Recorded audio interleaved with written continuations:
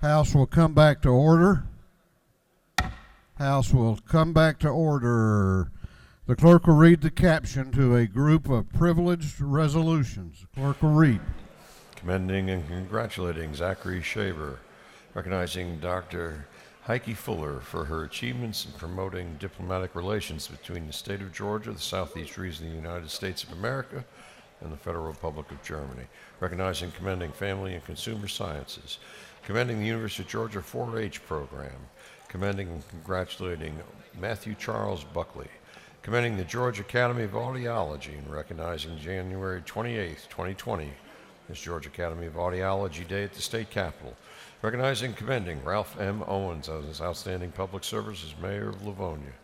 Honoring the life and memory of Jasper Bryant Jr. Honoring the life and memory of Rachel C. Eccles. Honoring the life and memory of Leon Eccles. Honoring the life and memory of Bessie Byram Warren. Recognizing and commending Max Bacon. Honoring the life and memory of Almond Turner. Commending Roy E. Hadley Jr. And for other purposes, that completes the reading of the privileged resolutions.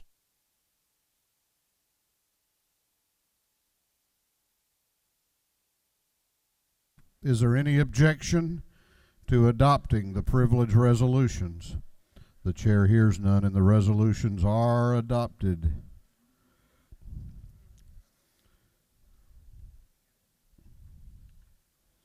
We have a supplemental rules calendar, and also I think we have some other business. You ready?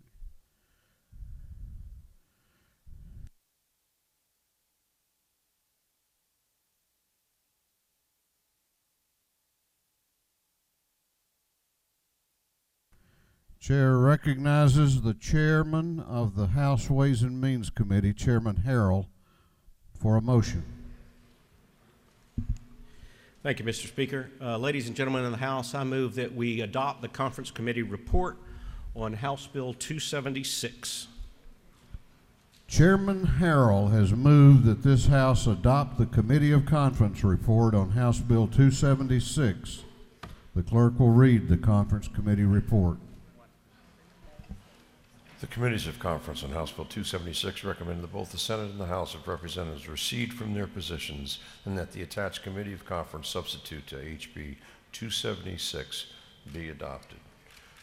Hufstetler of the 52nd, Dugan of the 30th, Henson of the 41st, Harrell of the 106th, Williamson of the 115th, and Dollar of the 45th. Chair recognizes Chairman Harrell to explain the Committee of Conference report on House Bill 276. Thank you, Mr. Speaker. Ladies and gentlemen in the House, this is the bill that this body passed twice last session, called the Marketplace Facilitator Bill. What it attempts to do is identify the responsible entity, the entity that is responsible for collecting and remitting sales taxes to the state of Georgia. First, some good news, just released this morning. Holiday sales were up 4.1% this season. Online sales up 14.6% this season. The bad news is 53% of those sales are now online and not in brick and mortar stores. 37 out of 45 states that have a sales tax have already passed legislation like this bill that is before you today. Failing to pass House Bill 276 puts Georgia retailers at a further disadvantage, because if a Georgia retailer happens to ship a product outside of the state to any one of those 37 other states, they're going to collect and remit sales tax. But if a competitor to a Georgia company ships a product into Georgia, and we do not pass this bill, we will not collect that sales tax, and your Georgia retailer will be at a disadvantage to those retailers outside of Georgia that are shipping into the state. This bill does not tax any product or service that is not taxed today. So there's no expansion of taxable products and services. If it's currently taxed, it will remain taxed. If it's currently tax exempt, it will remain tax exempt. No expansion, no rate change. No tax rate is going up or coming down in this bill. This bill simply identifies the entity responsible for collecting and remitting those taxes already due. The bill is supported by GMA, ACCG, Georgia retailers, Amazon, Google, Walmart, Home Depot, and the list goes on and on and on.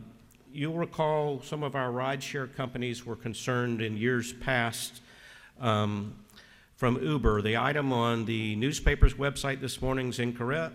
Uber is sending a request right now for correction. We will ask for action on rideshare after facilitator bill passes. Mr. Chairman, I don't know who they're talking about in this article, but it's not Lyft. We have no desire to work against marketplace facilitator. This bill will, I believe, at a minimum result in over $100 million in additional revenue to the state of Georgia and our local towns and cities. This is revenue that is, as I mentioned before, currently due and going uncollected. Certainly will have an impact on the budget pressures that we're all aware of. And so I would ask that you give favorable consideration to this measure. All those interested parties that I mentioned before have been active participants in crafting this legislation. I received a nice letter nice response from the Georgia Society of CPAs. They sent this legislation to a number of their members that are working across the nation on legislation like this to make sure that it is consistent and streamlined, and their response was that this bill is very well crafted. It meets the same intent as those 37 other states have done, so they think that it will be able to be implemented in an efficient manner, and that will, especially on those national retailers and those national platforms, that they will be able to implement it without much difficulty. Mr. Speaker, I will be glad to answer any questions, specific questions about the conference report or what it is we're trying to achieve with House Bill 276. Chair recognizes Representative Wilkerson to your left for a question.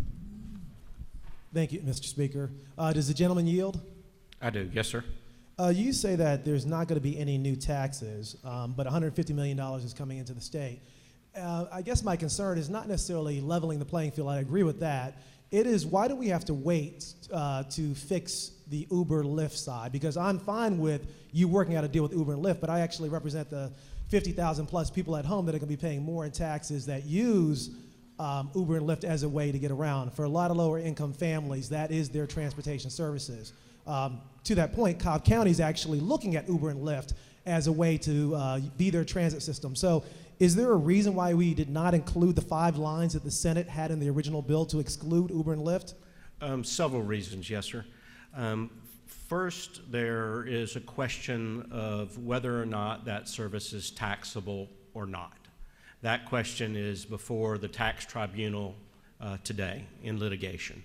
So clearly, if the service is not taxable, the bill has no impact on them whatsoever.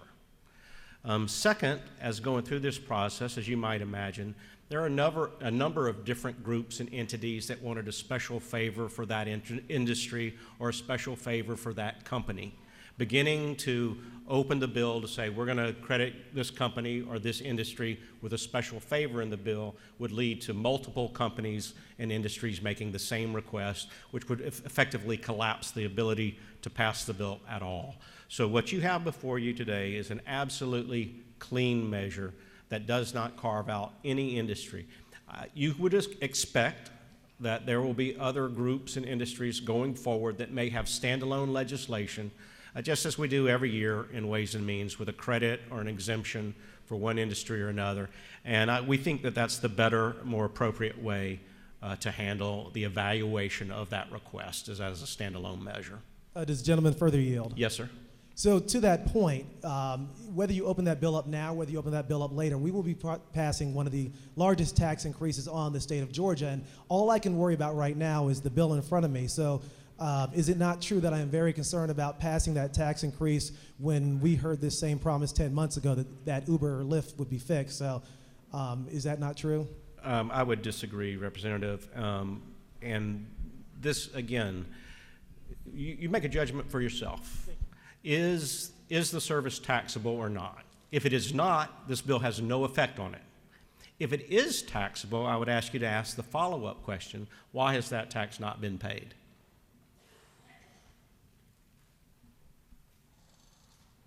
I'll yield for others. Do you further yield? Yes, sir. Chair recognizes Chairman Setzler to your right for a question. Does the gentleman yield? Yes, sir. Appreciate your bringing this. I wanted to ask a clarifying question for myself. You know, I have real concerns typically when we're picking winners and losers that, you know, for the sale of a product, that this entity might not have to tax it, but if this one's selling it, it would. I have issues really across this body when we give special status to one versus another that's similar in position. Isn't it true that this bill really just makes different sellers or facilitators, as it were, who'd be selling the same product to have the same tax status for the sale? Is that not true? Yes, sir, it is. So I wanted to thank you because I've got a real aversion to this idea of picking winners and losers, and I think there are many among us who have that same concern. I think this bill levels the playing field and really turns the corner on that in a way I think we can all be proud of. Well, I agree, and we all have our favored companies and our favored industries. But if you meet the standards in this piece of legislation, if you do meet the requirement that you are a facilitator, if you are selling a taxable good or service in the state of Georgia, you are included in this bill without exception. There is no carve-out of any kind for anyone, anywhere. If you are selling a taxable product in Georgia and meets this threshold, you ought to be collecting and remitting. Keep in mind, if we're collecting and remitting the taxes that are already due, at the state level, that releases the pressure on income taxes. At the local level, if you're collecting and remitting the sales taxes already due, that releases the pressure on your property taxes. We can't serve our state and all the varied interests if we're allowing various groups to be exempt, or if we're not collecting what ought to be collected today. And again, keep in mind, 37 states have already passed this bill, 37 out of the 45 that have a sales tax. So this is going to put Georgia at a further disadvantage. I would ask you, if you have a favored industry, how they're competing in the other states that have already passed the measure. I think you'll find that they're doing just fine. Chair recognizes Representative Oliver to your left for a question. Does the gentleman yield? Yes, ma'am. I have attempted to follow the litigation before Judge O'Neill in the tax tribunal and attempted to be patient with all of that process. Does this bill moot that litigation? Does this bill give evidence to that litigation on behalf of Uber or on behalf of the taxpayer? Explain all that to me, please, sir. Yes, ma'am, I'll do my best. I don't believe it does either. I don't believe it renders that litigation or that argument invalid in any way. Again, I think their argument is that perhaps they're not subject to the existing transportation tax. And again, this doesn't tax any product that is not currently taxable. So prevailing in that case, it has no impact. Yes, ma'am. I'm concerned that it's going to extend the litigation, that it's going to add new barriers or new wrinkles or new support for one side or the other. That's my concern, and I'm confused about that. Okay. Do you further yield? Yes, sir. Chair recognizes Chairman Houston to your right for a question. Is it not true that more and more people are shopping and buying online? Yes, ma'am. Is it not true that if you were buying some of this merchandise from your local merchant, you'd be paying taxes anyway? That's true. And is it not true that it's the brick and mortar people in towns that have to support your schools, pay your property tax, and if more and more people shop online, we're going to have less and less money to operate on. Yes, ma'am. And is it not true if I have to pay taxes on a blouse that I bought at Macy's, that if I ordered it online from eBay, I'll have to pay taxes too? According to current state law, Georgia is a sales and use tax state.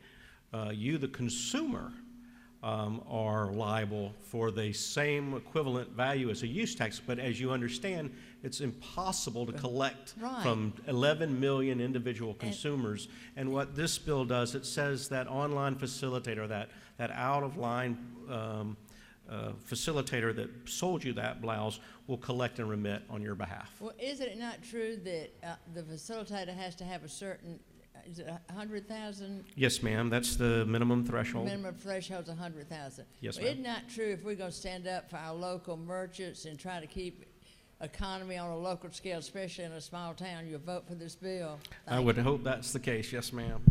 Mr. Speaker, I appreciate the time. Members of the House, this is an important bill for Georgia. We all have individual desires and needs and industries and companies that we support. There are ways to do what it is that you might want to do. This bill is clean. It is consistent with what is being passed across the nation. It is important for the state of Georgia to continue our competitive stance and to support those businesses in Georgia doing business and competing around the country. I'd ask for you to favorably consider this bill and to vote yes on this conference committee report. Mr. Speaker, I'll yield the will. On the adoption of the conference committee report on House Bill 276, all those in favor of the adoption of the conference committee report will vote aye. Those opposed will vote no, and the clerk will unlock the machines.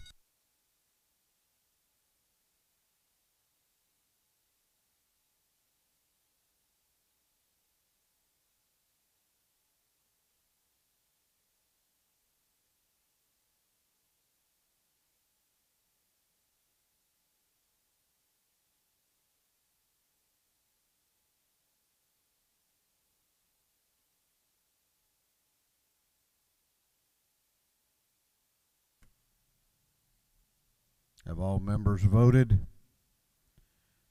Have all members voted?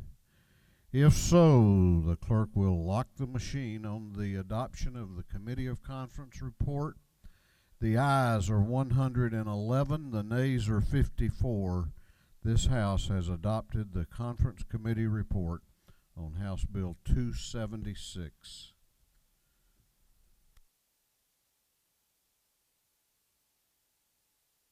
We have a supplemental rules calendar.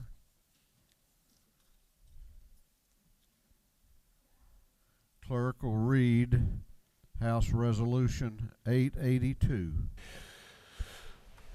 House Resolution 882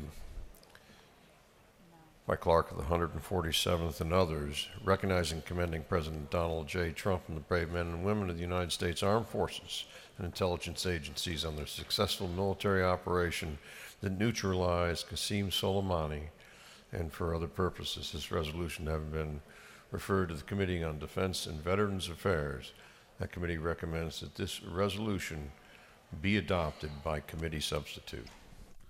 Chair recognizes the chairman of the Defense and Veterans Affairs Committee, Chairman Heath Clark, to present the resolution.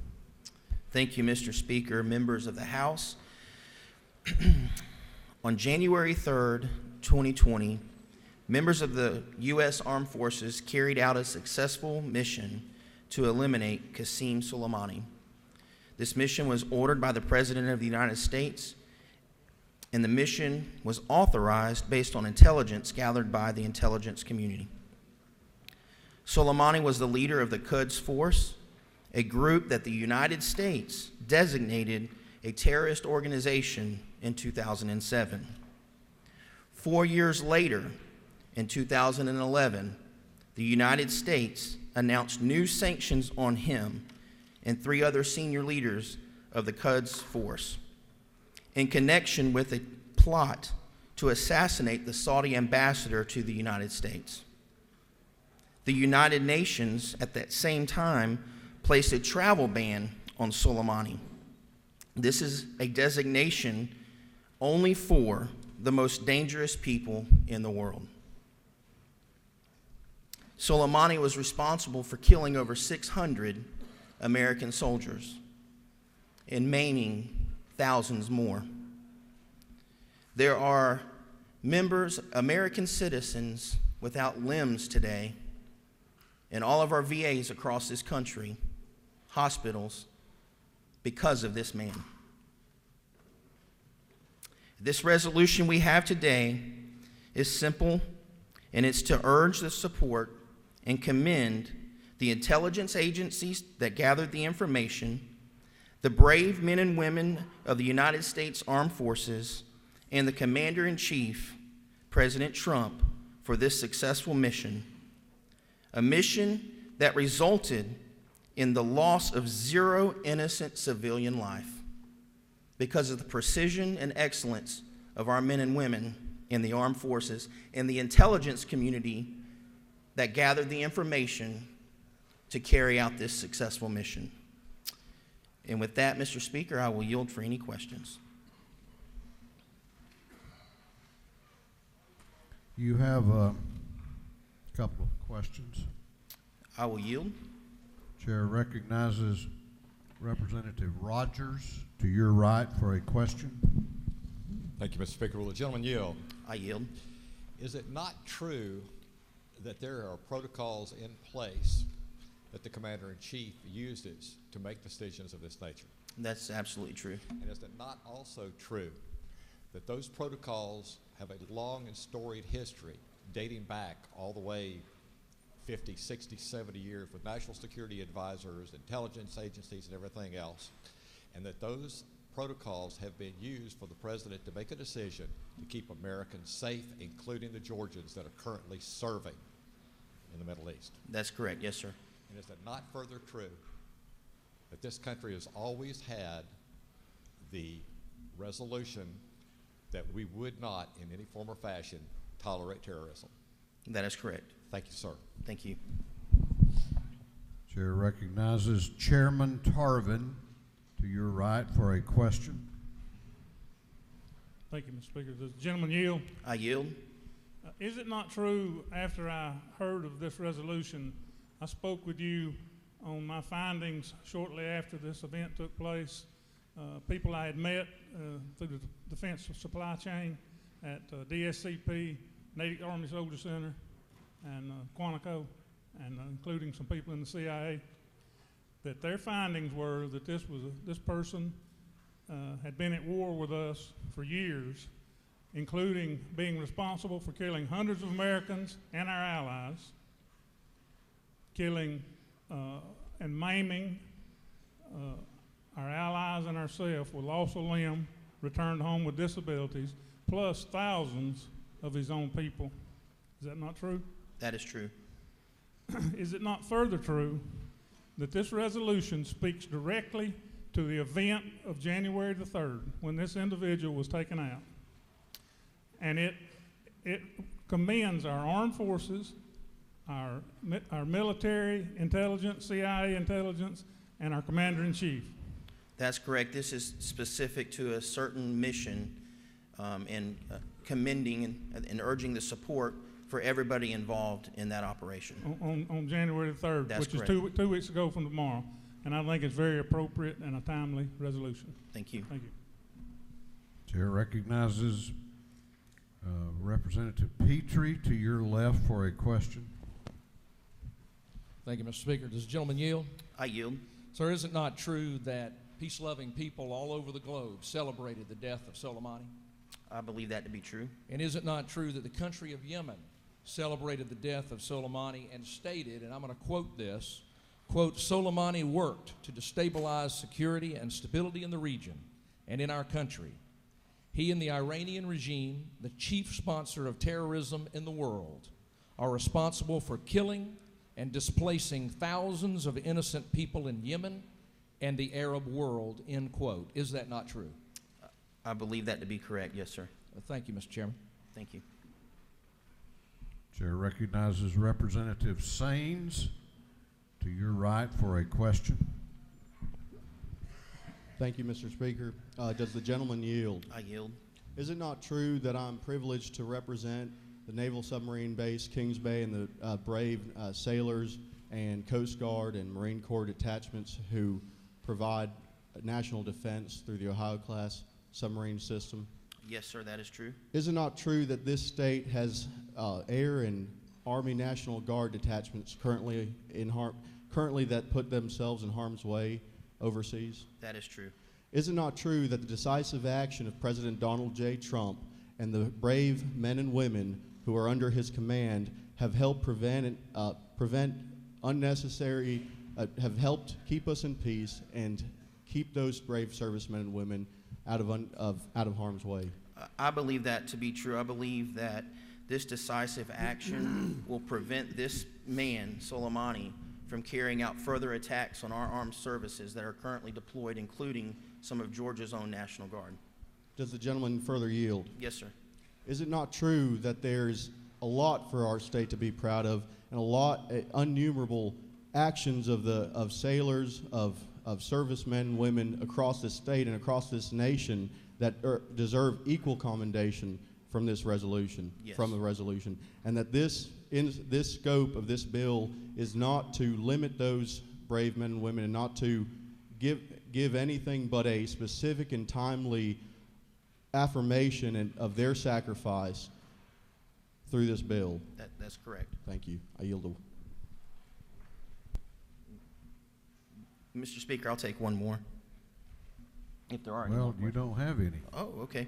Well, I know there are some people that wish to speak to the bill, so I will yield the well.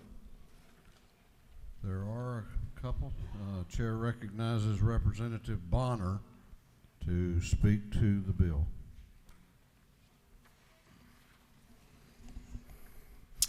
Thank you, Mr. Speaker. I rise today in support of House Resolution 882. It is both right and fitting that we, as representatives of the state of Georgia, pause and recognize the significance of what occurred on January 3rd, 2020, at the Baghdad International Airport. In a matter of seconds, the most despicable and most prolific terrorist on the planet was eliminated. And who was this individual? General Qasem Soleimani was the leader of the Quds Force within the Iranian Revolutionary Guard Corps. Throughout his career, Soleimani was directly responsible for the deaths of hundreds of Americans, thousands of Iraqis, Iranians, Libyans, and scores of others across the Middle East. He was sanctioned by the international community for his activities. In a recent interview, General David Petraeus said it is impossible to overstate the significance of the attack that takes out Qasem Soleimani. This is bigger than bin Laden. It's bigger than al-Baghdadi. Qasem Soleimani was the very embodiment of evil.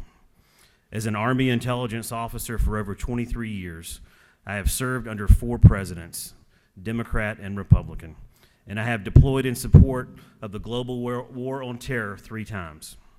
The most recent deployment was to Iraq for 12 months. Throughout my career, I have witnessed firsthand the death and destruction delivered at the hands of Soleimani.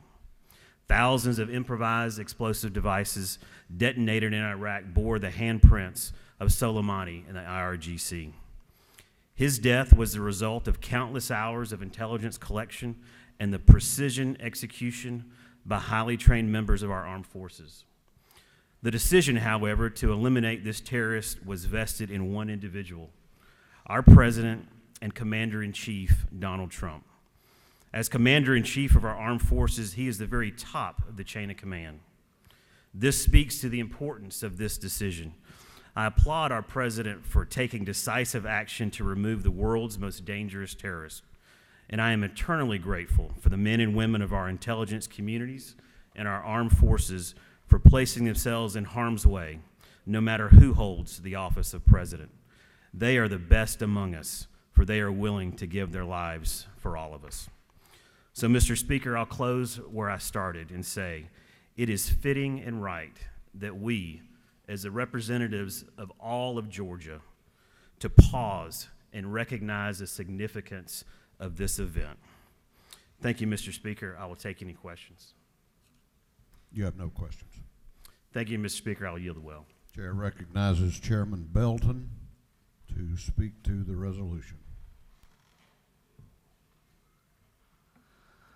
America has been fighting bullies for 250 years. Ever since 1770, our history has been dominated by a single theme. America never wants war. America never seeks war. But if you kill one of our citizens, you will face our wrath. Our guardianship of American lives begins before the beginning of America. On March 5th, 1770, British soldiers fired upon American civilians. Those martyrs of the Boston Massacre were led by Crispus Attucks, the first American hero, a black ex-slave whose sacrifice solidified American opinion against abuses of the British Empire. The death of an American, an ex-slave, a man who had already won his own freedom, became the spark that started the American Revolution and won the freedom of millions and millions of others. A few years later, during our nation's newborn infancy, Barbary pirates attacked American merchant ships, killing and enslaving American sailors. The Spanish Empire advised the United States to offer tribute to these pirates. President Thomas Jefferson sent the Marines instead. The very first USS Enterprise defeated the British fleet, and Stephen Decatur and Presley O'Bannon led the brave Marines and stormed the shores of Tripoli, a moment that's forever memorialized, as Colonel Bill Hitchens knows, in the opening stanza of the Marine Corps hymn. On June 22nd, 1807, the British warship HMS Leopard attacked an American frigate just off the coast of Virginia. The British enslaved 4 Americans and killed another. President James Madison reluctantly responded with the War of 1812. Andrew Jackson, and later became President Andrew Jackson, the father of the modern Democratic Party, finished that war, humiliating the British in the Battle of New Orleans. In March of 1836, 1,500 Mexicans slaughtered 257 Americans. Remember the Alamo became the battle cry when General Sam Houston defeated Santa Anna at the Battle of San Jacinto. February 1898, USS Maine was sunk in Havana Harbor. 260 Americans were lost. Republican President William McKinley reluctantly responded. Remember the Maine became the battle cry when we trounced the Spanish Empire. In March of 1915, the RMS Lusitania, a civilian merchant, was torpedoed by a German U-boat, the U-20. 1,198 civilian passengers, including 128 Americans, were lost. Democrat President Woodrow Wilson reluctantly responded, and America entered World War I. As Sergeant Al Williams knows, the very first encounter with the American Third ID, which, by the way, hails from Fort Stewart in Liberty County, Georgia, the German Empire sued for peace. On December 7th, 1941, a date which will live in infamy, the Imperial Japan Navy attacked Pearl Harbor. 2,335 Americans were lost that day. Democrat President Franklin Delano Roosevelt reluctantly launched America into World War II, freeing not only the people of Japan, but also the people in Germany who live in freedom today because of our response. On April 5th, 1986, Libyan agents bombed a nightclub in Berlin. 3 people were killed, including an American soldier. In response, Republican President Ronald Reagan reluctantly ordered an airstrike into Libya. On September 11th, 2001, Al-Qaeda terrorists brought down the Twin Towers. 2,977 Americans died that day. Republican President George W. Bush reluctantly responded, decimating the terrorist organization of Al-Qaeda. Democrat President Barack Obama finished the job when he took out Osama bin Laden. It was President George Washington in his 1793 State of the Union address who said, "We must have peace through strength. If we desire peace," he said, it must be known that at all times we are ready for war. There's a common theme here among Democrat and Republican presidents that is best exemplified by President Teddy Roosevelt. Speak softly, but carry a big stick. America never wants war. America never seeks war. But if you kill one of our citizens, you will face our wrath.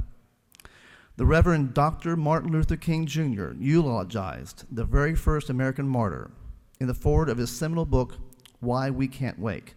This is what this great Georgian said. He said, Crispus Attucks is one of the most important figures in American history, not for what he did for his own race, but what he did for all oppressed people everywhere. His heritage begins the beginning of America.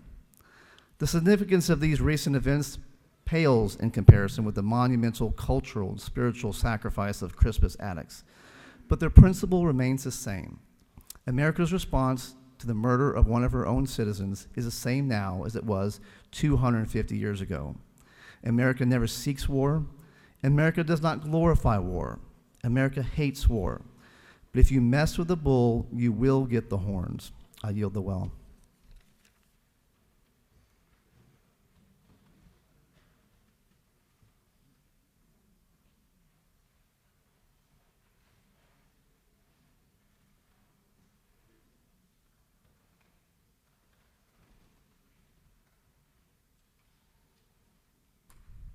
Is there any objection to the previous question being ordered? The chair hears none. The previous question is ordered. We have a minority report, and under the rules of the House, the presenter of that will have 20 minutes. Chair recognizes Representative Mike Glanton to present the minority report.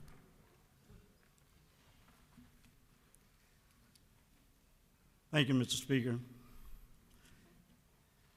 Ladies and gentlemen of the House, this afternoon I rise to speak on House Resolution 882 and to deliver the minority report. Mr. Speaker, I first acknowledge my own personal commitment, dedication, and loyalty to the service and sacrifices of the brave men and women of our armed forces, regardless to the length of service, regardless to the branch of service or occupation within our various services. I also recognize and honor the service and sacrifices of every member of this House Military Caucus. Furthermore, Mr. Speaker, I acknowledge and honor the service and sacrifices of the spouses and the family members of our armed forces.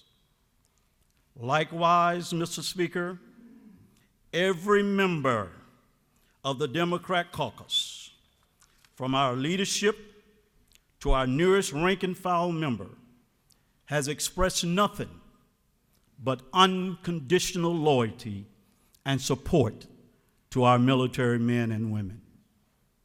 And we wholeheartedly recognize and commend the brave men and women in the United States Armed Forces and our intelligence agencies on their continued service and sacrifices for our nation. Mr. Speaker, for any member of this august body that has served for more than a day, hopefully can attest to my relentless and untiring support of our military, regardless of whether we're speaking in terms of active forces, reserves, or National Guard. And as a member of the military community, I am proud to have served. And I consider myself and my commitment to our military as a lifelong commitment and obligation. I am proud, Mr. Speaker, to be a member of the Army of One. Mr. Speaker, not only did my father serve and is a recipient of the Purple Heart, wounded in combat, My wife is a veteran. My son is a veteran. And my daughter is currently in her 18th year of active duty. And her daughter, my granddaughter, is on active duty at Fort Hood, Texas. We believe in our military, and we believe in our oath of enlistment to protect and to defend the Constitution of the United States of America against all enemies, foreign or domestic, and to further guard our country and its way of life. Mr. Speaker, I say that to make sure that there is no question as to my personal loyalty to our military. However, I respectfully submit that this resolution, Mr. Speaker, has absolutely nothing to do with honoring our military. This resolution is not about the brave actions of our military. This resolution is not about principles or protections. This resolution is not about policy. Simply put, Mr. Speaker, this resolution is clearly about positioning and politics. Every member of our Democrat caucus has expressed their unwavering support of our military. House Resolution 882 does nothing to bring attention to the pressing matters for our service members, especially as it relates to affordable housing for our military families, improved health care for our veterans, vocational rehabilitation upon transition from military to civilian life, or homelessness among our military families. It does not address the mental health crisis, suicides, divorces, family separations, drug and alcohol addictions and dependencies, PTSD in our military community. Mr. Speaker, over the last 12 years, we have utilized our Guard and reserves in unprecedented ways. But what we have not done is address the unique concerns and issues and challenges of our military community in unprecedented ways. This resolution not only serves as a distraction from the business at hand, it does nothing to improve the lives of Georgians. As a matter of fact, Mr. Speaker, it does nothing to improve the lives and the conditions of a military in Georgia.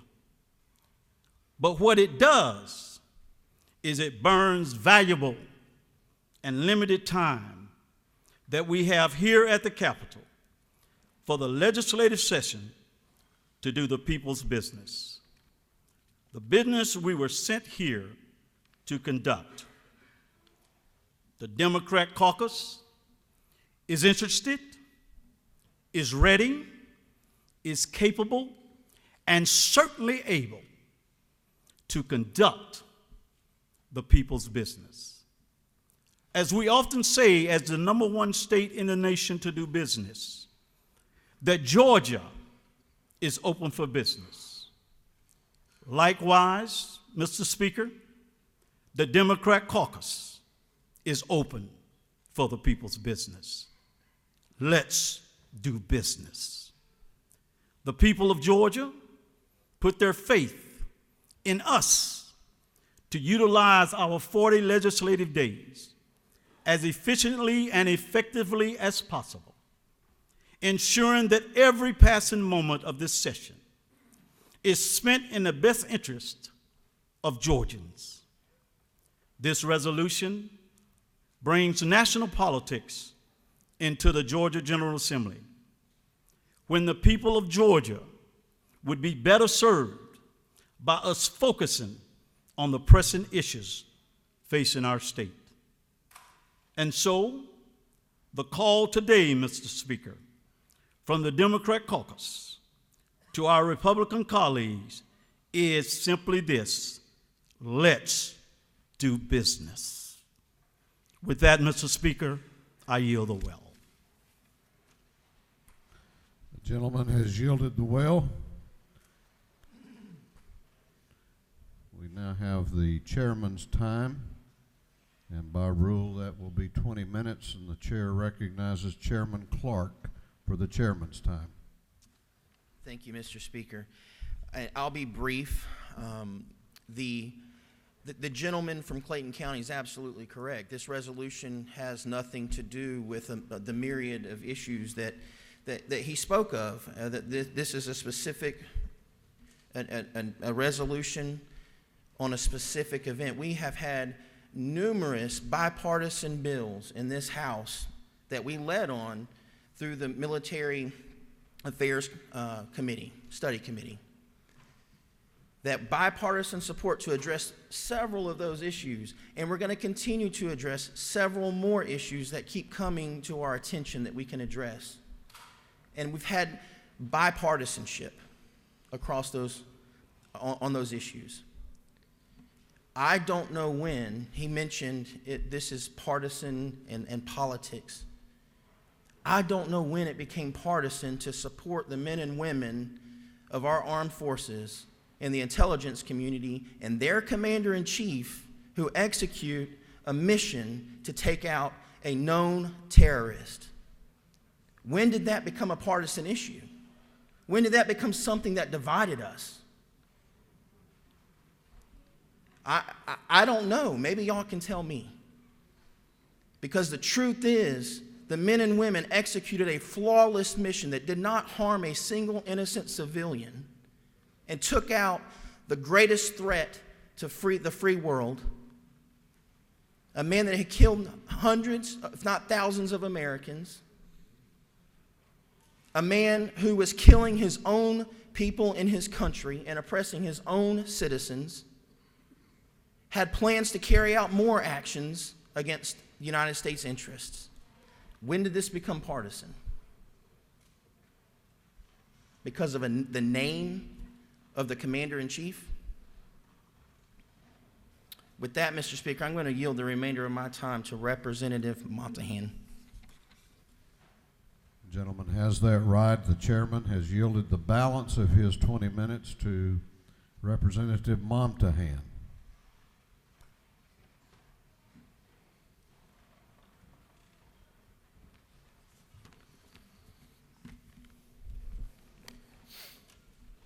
Thank you, Mr. Speaker. In 1977, my father left a country of bell-bottoms, platform shoes, free speech, technological advances that rivaled that of America and Western democracy. He left a country and a system of capitalism that allowed families to achieve their own version of the American dream. Major cities were constructing buildings, not unlike the growth that we find right here in the Peach State. 2 short years later, in 1979, my father's family fled a country that was being overthrown by a radical Islamic regime. One that was killing their political enemies, that didn't allow women the right to drive, that didn't allow my grandmother to inherit the family property. They weren't allowed to participate in a free and open society. Their economy was strangled by radical Islamists, and it brought the country to a standstill.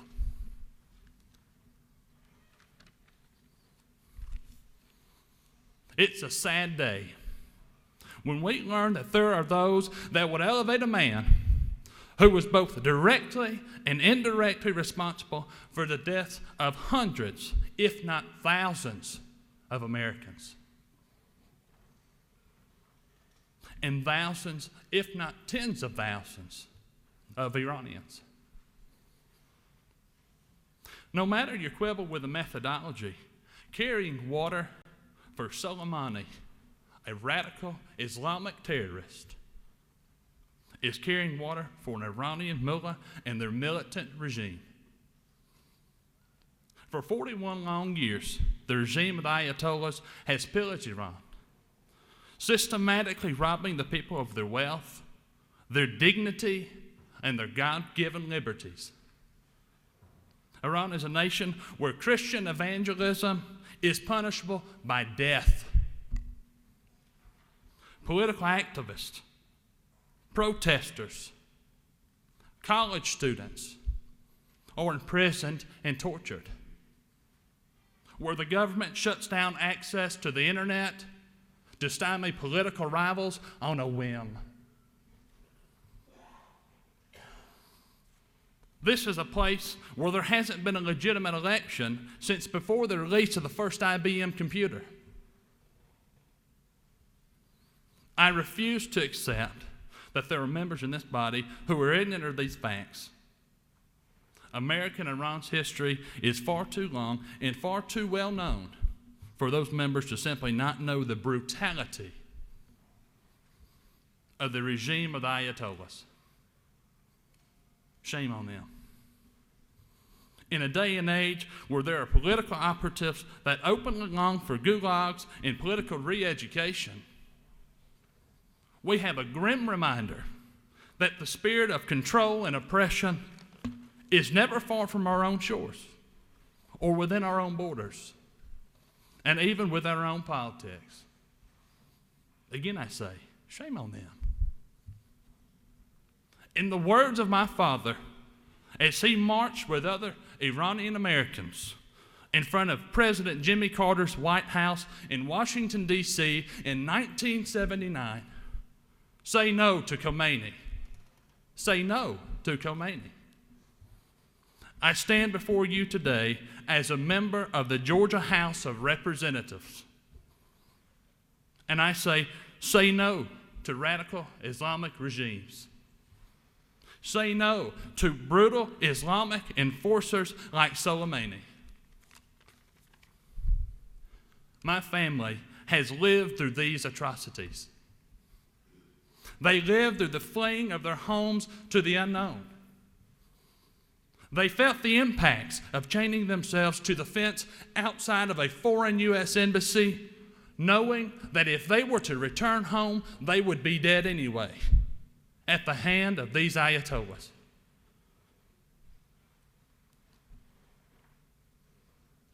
For those that would elevate these radical Islamists, these terrorists, these war criminals, and these thugs, shame on you. Mr. Speaker, I yield the well.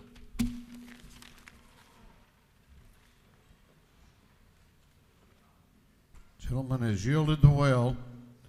Is there any objection to adopting the committee substitute? The chair hears none. The committee substitute is adopted.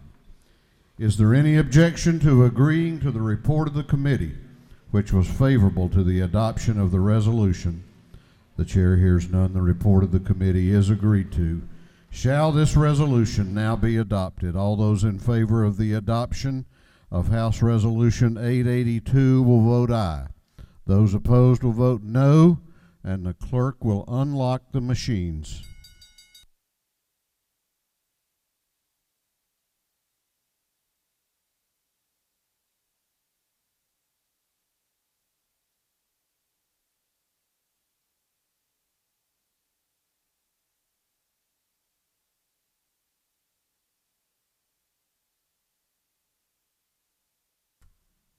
Have all members voted? Have all members voted? If so, the clerk will lock the machine on the adoption of House Resolution 882. The ayes are 93, the nays are 68. This resolution, having received the requisite constitutional majority, is therefore passed.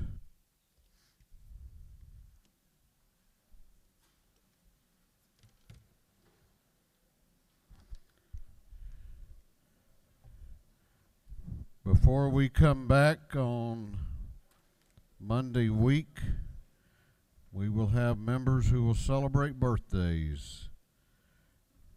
Representative Josh McLaurin is celebrating a birthday tomorrow, January 17. Chairman Gerald Green on Monday, January 20. Representative John LaHood, Wednesday, January 22.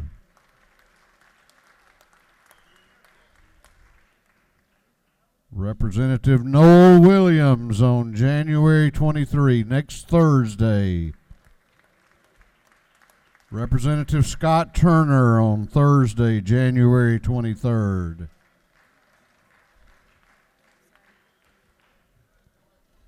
Listen up for announcements. Listen up for announcements. Chair recognizes the chairman of the House Appropriations Committee, Chairman England, for an announcement. Thank you, Mr. Speaker. Ladies and gentlemen, starting next Tuesday morning at 9 a.m. in room 341 here in the Capitol, we will begin our first of 3 days of budget hearings. Those of you that are on the committee, we're looking forward to having you with us. Those of you that are not on the committee, you're also welcome to attend. The proceedings will be live streamed as well. And I'll go on and make this announcement today that if you're not a member of the committee, you're welcome to join us in the room. But I would ask that you allow committee members to sit at the desks so they can open their books and make notes. The budget books are available. You should have an email in your House email account telling you the details, but they are available over at the House Budget Office on the 4th floor of the CLOB. You will need to sign for your book, or if you send someone, they will need to sign for your book. Please bring that book with you to the hearings. That will be the book we will be working from next week. Look forward to seeing you all there. I hope you all have a safe travel home and safe trip back up here next week, and enjoy your holiday. Chair recognizes Representative McLean for an announcement. Thank you, Mr. Speaker. The Working Family Caucus will meet in room 307 at the CLOB for lunch. Please, if you get an opportunity, you want some lunch, come over to 307 at the CLOB. Thank you, Mr. Speaker. Chair recognizes Representative Bennett for an announcement. Thank you, Mr. Speaker. As we enter into this great holiday honoring a great Georgian, Dr. Martin Luther King Jr., the entire House are invited on tomorrow to the Georgia Department of Community Affairs Martin Luther King Jr. Holiday Tribute right here in the north wing of the state capitol beginning at 12 noon. 12 noon tomorrow. Join us. Thank you, Mr. Speaker. Oh, may I? The keynote speaker for tomorrow will be the Consul General of Canada, Madam Nadia Theodore. Thank you.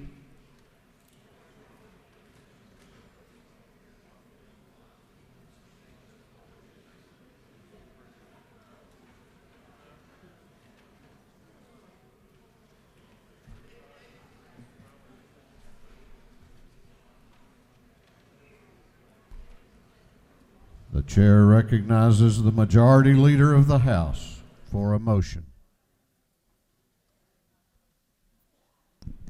Mr. Speaker, I move that this House stand adjourned until 10 a.m. Monday, January the 27th, 2020. The Majority Leader has moved that this House will be adjourned until Monday, January 27 at 10 o'clock a.m. All those in favor of the motion will say aye. Those opposed will say no. The ayes have it. This House will be adjourned until Monday, January 27 at 10 a.m.